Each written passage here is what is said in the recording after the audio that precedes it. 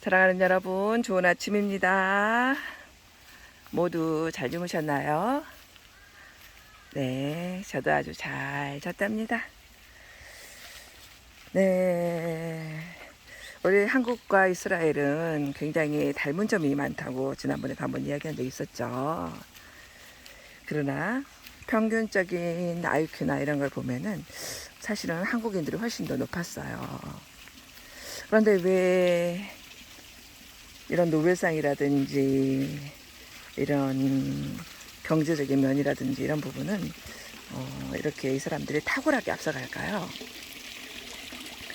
네, 거기에 많은 사람들이 이스라엘의 교육의 방식에 대해서 많은 이야기를 합니다. 네, 이스라엘이나 미국의 유대 사회에 가면 토라와 탈무드를 공부하는 유대인 전통학교 에시바라고 하는 전통학교가 있습니다. 근데 이제 이 에시바에서는 수천 명의 학생들이 짝을 지어서 서로 이렇게 자유롭게 큰 소리로 토론하면서 논쟁하면서 공부하는 모습을 볼 수가 있죠. 언젠가 다큐멘터리에서도 저도 본 적이 있는데 굉장히 독특한 그런 모습들이었습니다. 이렇게 친구와 짝을 지어서 논쟁하면서 공부하는 그것을 뭐라고 하냐면은 하브루타라고 하죠. 하브루타. 예, 서로 계속 서로의 의견에 대해서 논쟁하면서 또 이렇게 큰 소리로 이야기하면서 공부하는 방식들을 하브루타라고 하죠. 즉 짝을 지어서 프렌드십이나 파트너십으로 공부하는 것을 말을 해요. 보통 2명씩 할 때가 많지만 2명이나 4명 그 정도로 여러 사람들이 모여서 이렇게 같은 장소에서 하는 경우들이 많은데요. 이 하브루타에는 5가지의 크게 장점이 있다고 해요. 그 첫 번째 장점은 뭐냐면은 뇌를 작동시켜서 고차원의 사고력을 기른다는 거죠. 이렇게 토론과 논쟁은 뇌를 개발하고 또 고차원의 사고력을 기르는 가장 좋은 방법이라고 그래요.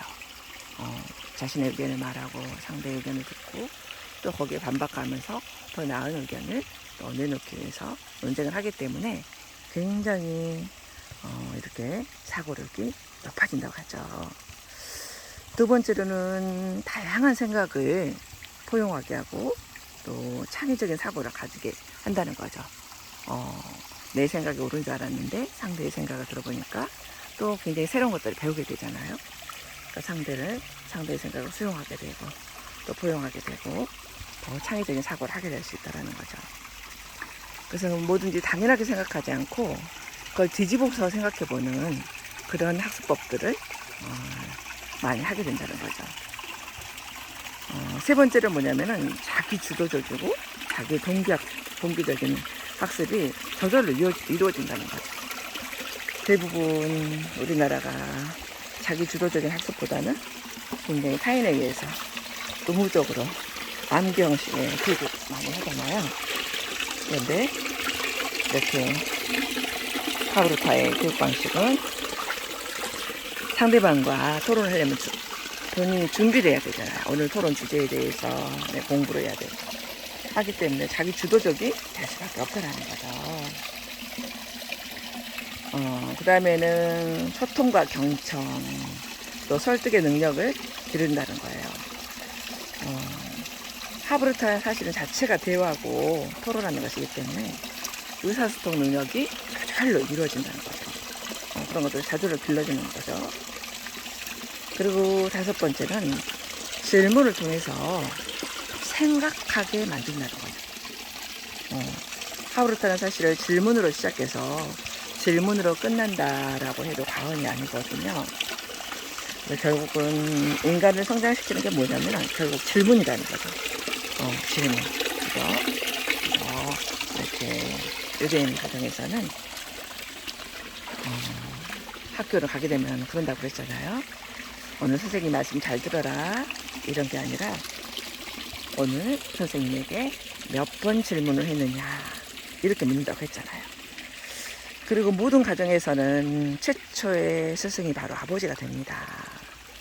그래서 아이들이 아주 어렸을 때부터 아버지는 이렇게 저녁 식사 자리에서 아이들에게 오늘 하루에 있었던 일들을 묻고 질문하고 또 이런 어떤 교육을 통해서 또 책을 읽어주고 이런 교육을 통해서 아이들에게 질문의 힘을 가르치고 또 질문의 중요성을 가르치는 것이 유대인의 교육의 전통 방법입니다. 전통의 교육 방법이죠.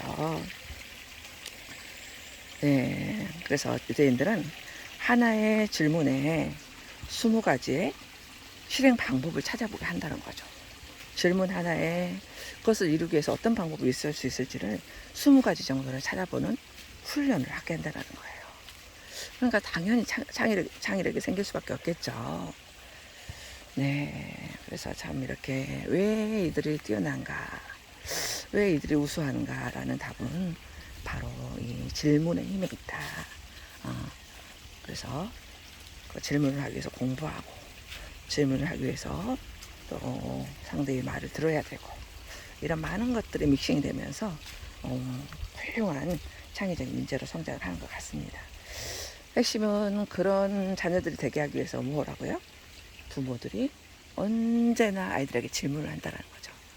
그리고 또 아이들에게 어렸을 때부터 절대로 잊지 않는 것이 잠자리에서 아이들에게 꼭 책을 읽어주는 거. 네, 그래서 책을 많이 가지고 있는 것을 가장 큰 자랑으로 여긴다 그랬잖아요. 네, 사랑하는 여러분, 우리의 오늘의 질문은 무엇이 될까요? 여러분은 오늘 어떤 질문을 통해서 여러분의 창의성을 개발하고 또 자녀들의 창의성을 개발할 수 있도록 도와주고 싶습니까? 네, 좋은 질문이 좋은 답을 얻게 만듭니다. 네, 사랑하는 여러분, 오늘도 더운 날씨지만 건강하고 행복한 하루 되시기 바랍니다. 사랑합니다. 행복하세요.